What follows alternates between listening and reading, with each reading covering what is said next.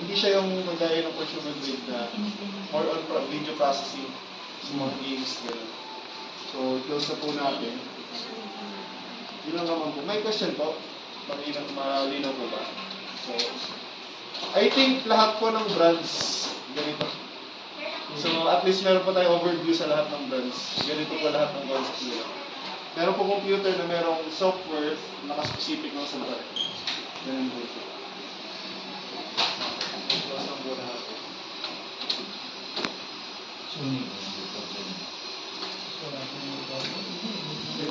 Ating the series po na meron pong problem, ma-access po natin siya.